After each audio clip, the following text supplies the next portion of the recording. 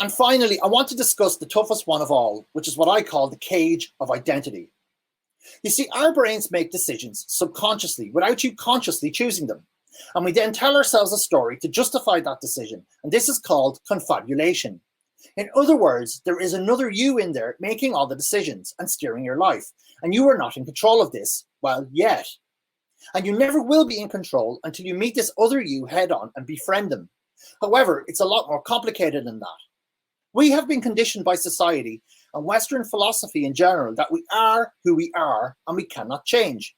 And this is one of the reasons current society is so obsessed with identity. People who have a strong identity believe that it's their identity that defines them. This is a wholly false assumption. Our identity is made up of two things. One is past memories, and the other is our brain's interpretation of these memories. These things then form our beliefs about the world and about ourselves. But what's really screwed up is that we have pretty poor memories to start with. And what happens is our brain quite simply makes stuff up to fill in the blanks. So most of what we are basing our identities on is made up. It doesn't exist. It's merely a story we tell ourselves. And on top of this, the memories we do have are usually based on our experience with other people. And that's a false assumption too. So the point is that your identity is made up on a lot of falsehoods and on some faulty wiring your brain has put together to give you your image of yourself and the world. But this is a great thing because it also means we can change it. We can change our beliefs and how we see ourselves and the world. Your identity does not define you, you do. So does that sound like a very powerful thing? We believe there are things we do or don't like and things we are good at, and we think that we are good at some things and not so good at others. And this collection of things becomes our perceived self.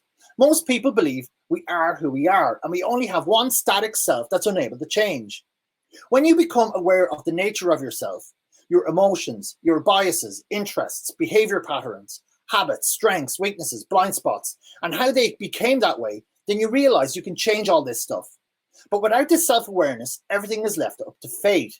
But if there's one thing I hope you get to realize about all these workshops, that we put nothing to fate. We are in control of where we are going and nothing is left to chance.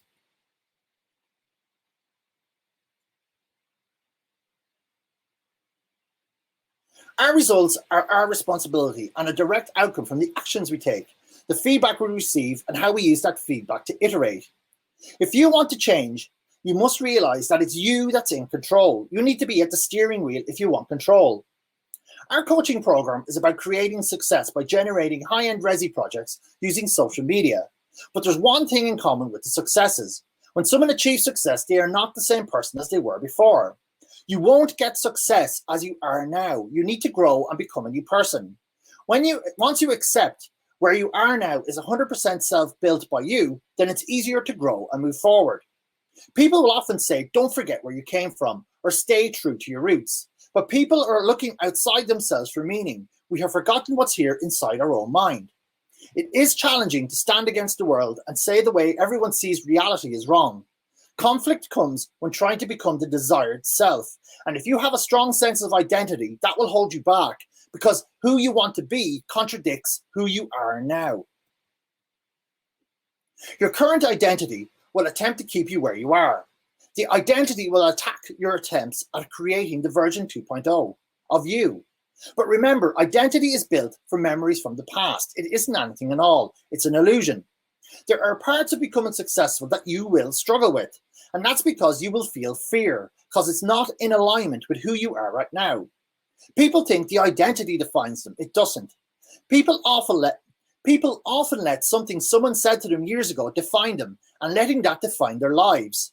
Your identity is built up of stories about the past, and it's impossible to grow without letting all this stuff go. The only question is who we are becoming, who we are turning into. So firstly, have a vision on who you should become. Your hero should be you in a year, in 5 years, and in 10 years. And once you have that picture of who you want to be and who you want to become, then you grow into it. Let go of who you are right now as it doesn't exist. If you don't know who you want to be, then you are putting it to chance. So to grow into the next version 2.0 of you, you must let go of your identity as being some static thing, because it isn't. Now, the other thing I want to say about identity is directly tied to you being an architect. When someone becomes an architect, their ego gets attached to that identity, and it blinds them in several ways. Most architects think potential clients should listen to them, and they are dumb if they don't. For example, how many posts do you see in other architecture groups that revolve around sticking it to potential clients? I don't know about you, but I see it all the time. Architects think the world should be the path to the door to work with them. And architects just can't understand why doctors are revered in society, but they aren't, despite spending the same amount of time to get qualified and licensed.